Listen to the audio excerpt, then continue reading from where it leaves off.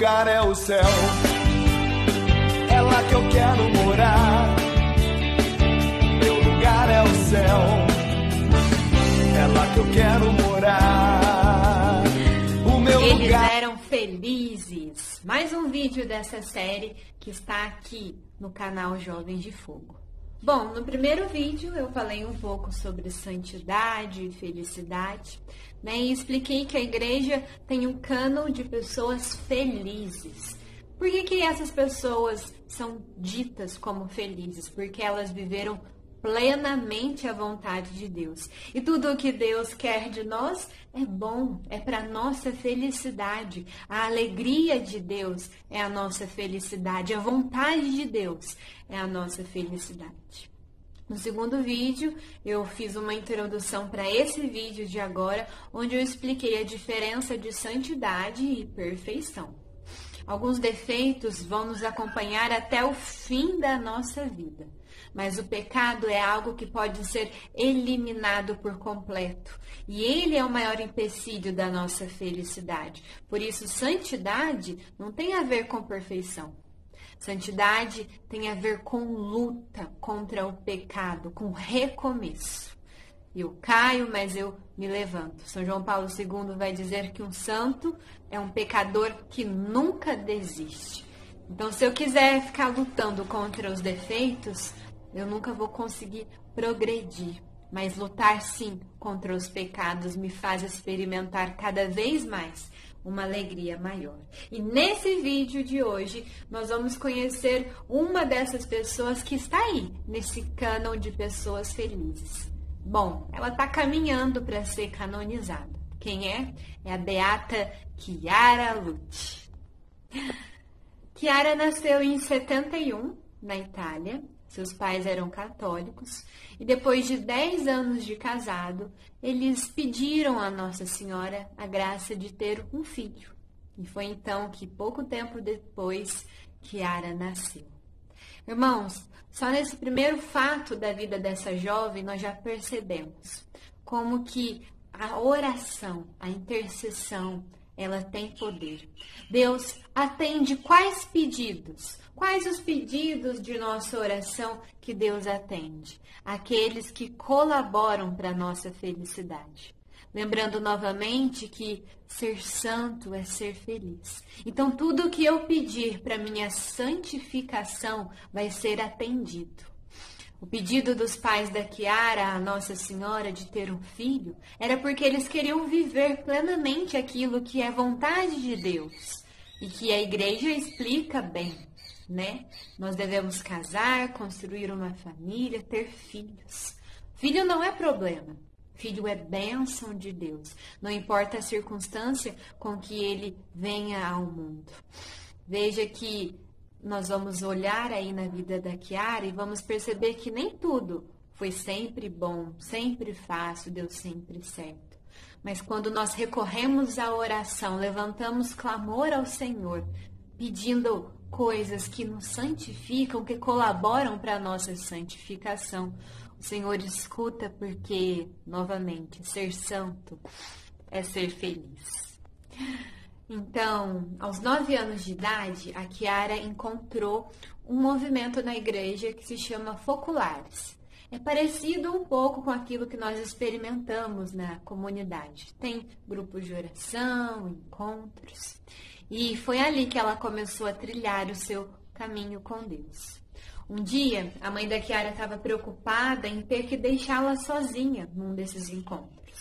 E aí ela escutou a seguinte resposta da sua filha: Mamãe, eu não estou sozinha. Jesus está aqui.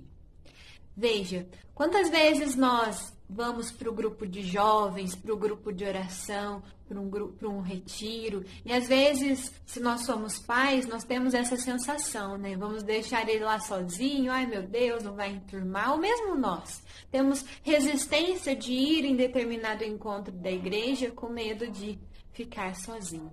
Mas aonde está Cristo, não há solidão. E as pessoas que são de Cristo me aproximam da comunhão, da unidade. Por isso, essa resposta da Chiara aos 9 anos nos traz um grande ensinamento. quanto mais Jesus eu tenho no meu coração, quanto mais próxima de Jesus eu estou, menos solidão eu sinto dentro de mim. Aquele que conhece Jesus não tem como ficar sozinho, porque logo aqueles que são amigos de Jesus se tornam meus amigos. A Kiara foi bem precoce no seu caminho com Jesus, né? Quantos de nós às vezes demoram anos, chega na fase adulta, depois que vai conhecer a igreja, vai conhecer oração. Mas talvez você que está vendo é um adolescente. Que bom, olha que maravilha, você vai ver agora o exemplo de uma adolescente também, que trilhou o caminho com Cristo, vivendo as mesmas dificuldades, os mesmos B.O. E olha só, quando a Kiara tinha 12 anos, depois de ter participado de um retiro, de um congresso desse movimento, ela escreveu o seguinte: eu redescobri Jesus abandonado. E de um modo especial, o senti em cada próximo que passava ao meu lado. Jesus abandonado é a chave da unidade com Deus. E eu quero escolhê-lo como meu primeiro esposo e preparar-me para quando ele vier. Lembra o que eu disse sobre solidão? Aqui Kiara, depois de um retiro, escreve isso porque ela conheceu o amor de Deus, conheceu o amor de Jesus. E o que ela fala? Eu quero que Cristo seja o meu primeiro esposo, quero me preparar para me encontrar com ele. Cara, enquanto nós não tivermos esse encontro com Jesus, nós vamos ficar distraídos com qualquer coisa, sendo que o amor que preenche o nosso coração, o amor que retira o vazio, a ansiedade de nossa vida é o amor de Jesus. E veja como ela descobriu isso aos 12 anos de idade. E chama a atenção a você dessa frase: de modo especial, o senti em cada próximo que passava ao meu lado. Às vezes nós ficamos preocupados ou angustiados, mesmo irritados, né, com o pessoal da comunidade, do grupo. Ah, porque eles não vêm conversar comigo. Ah, não sei o que lá, não sei o que. Como se as pessoas o excluíssem. Mas quando nós conhecemos o amor de Cristo, nós vemos que aqueles que estão lá, e mesmo aqueles que estão fora desse ambiente, têm a semelhança de Cristo. Eu preciso percebê-los, eu preciso ir e tomar a iniciativa também de ir onde eles estão. Não ficar me queixando das distâncias, da falta de acolhimento, ou seja lá o que for. No meu próximo está também o Cristo. E foi isso que a Kiara descobriu já nessa tenra idade. No ano de 88, a Kiara estava jogando tênis e sentiu uma forte dor nas costas. Foi levada ao médico e depois veio o diagnóstico. Ela estava com um câncer já avançado. Teve que fazer cirurgia, começou a enfrentar as quimioterapias, mas só quando seus cabelos começaram a cair que ela se deu conta da gravidade da doença. Nesse dia, quando ela chegou em casa, a mãe dela perguntou: e aí, Kiara, o que aconteceu? Como é que foi? E ela respondeu para a mãe assim: não fale agora. E entrou no quarto, se prostrou na cama e ficou 25 minutos ali, sofrendo. Cara, imagina a vida de um adolescente, né, de uma jovem como ela, passando por essa situação, né? Tudo aquilo que nós temos de certeza, tudo aquilo vai caindo por terra. Quando você se depara com o fim da vida, né? Porque o que o câncer desperta no nosso coração? A lembrança de que a vida tem um fim. Às vezes a gente não pensa sobre isso. A gente só pensa na morte quando alguém próximo de nós morre ou quando a gente fica vendo notícias sobre isso na TV. Mas é uma dor, é uma confusão, né? Muitos questionamentos brotam nessa hora. Por que Deus está permitindo isso? Por que isso foi acontecer comigo? Logo eu? Mas a pergunta que nós deveríamos fazer nesse momento é: por que não comigo? Por que não? Se para morrer, né, como diz o ditado, basta estar vivo. Para enfrentar uma doença, uma situação difícil, basta estar vivo. Mas nesse momento em que Kiara ficou 25 minutos ali, na cama prostrada, ela teve um encontro profundo com Jesus Cristo e descobriu que a sua doença poderia ser e foi um meio de santificação da sua vida. Por isso, depois desse período, ela se levantou da cama e disse: agora sim, pode falar. Os 2 anos que se passaram depois do diagnóstico foram anos de muita dor, muito sofrimento e também muita graça. Nesse período, a Kiara escreveu: Jesus me mandou esta doença no momento certo, para que eu o encontrasse. Cara, que momento certo! Se a gente olha por fora, a gente fala, como assim? Esse é o pior momento em que essa doença poderia aparecer. Ela era jovem, adolescente, cheia de vida pela frente.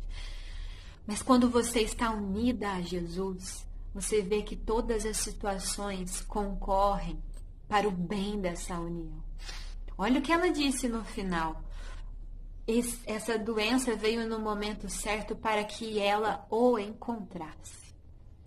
As situações difíceis da sua vida podem servir e servem quando nós sabemos abraçá-las devidamente, como meio de nos encontrarmos com o amor de Deus.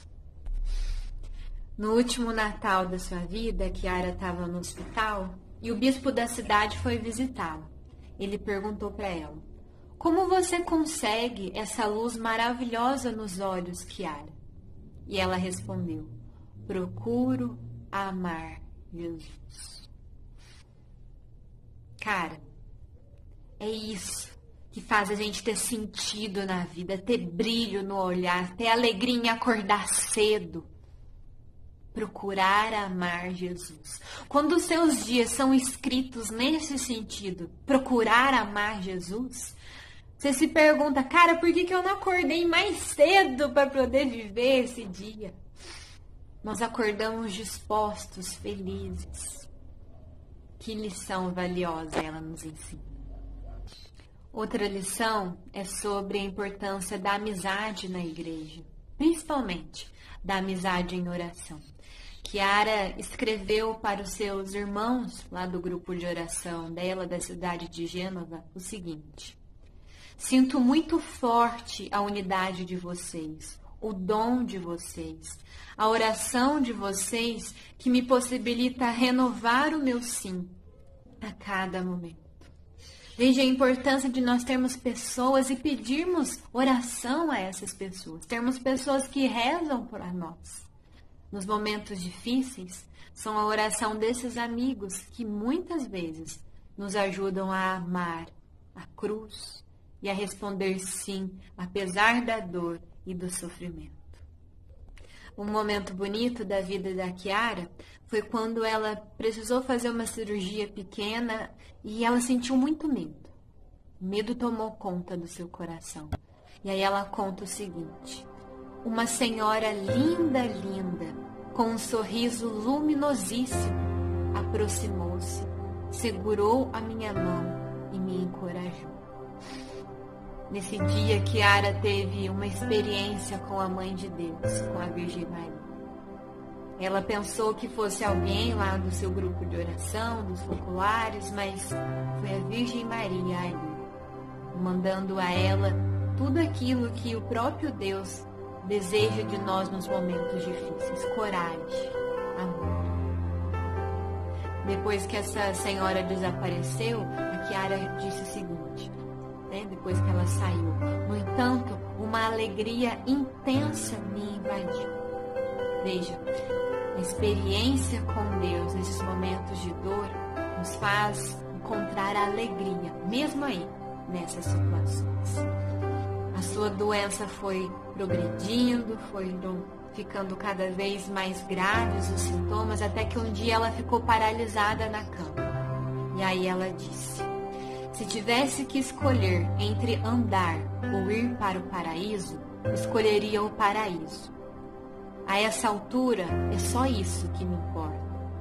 Mas não pense que eu quero ir embora para não sofrer mais. Não é bem assim. Quero ir ter com Jesus. O desejo dela é ser feliz com Jesus. Não é o alívio dos sofrimentos, não é um desejo de morrer para ficar livre dos sofrimentos, da dor, como muitas pessoas que tentam suicídio pensam. É o querer encontrar o amor na sua vida, aquele que dá sentido à nossa história. Depois de uma forte hemorragia, meses após esse episódio, a Kiara quase faleceu. E nesse dia, ela disse o seguinte: não derramem lágrimas por mim. Eu vou para Jesus. Vou começar outra vida. No meu funeral, não quero gente chorando, mas cantando bem alto. Ontem eu estive lá, na soleira da porta, mas ela ainda não se abriu. Kiara estava consciente de que, logo, ela não estaria mais aqui. E num desses dias ela disse: eu não vejo a hora de chegar ao paraíso. Foi então que ela conversou com a mãe sobre como ela gostaria de estar no dia de sua morte. Ela disse à mãe que queria estar vestida de noiva, pois ela entendeu que Jesus era o seu esposo, o seu noivo, que iria encontrar com ela. Ela disse: mãe, quando estiver me preparando no meu leito de morte, repita sempre: aqui, agora, Kiara está vendo Jesus. No dia 7 de outubro de 1990, Kiara faleceu.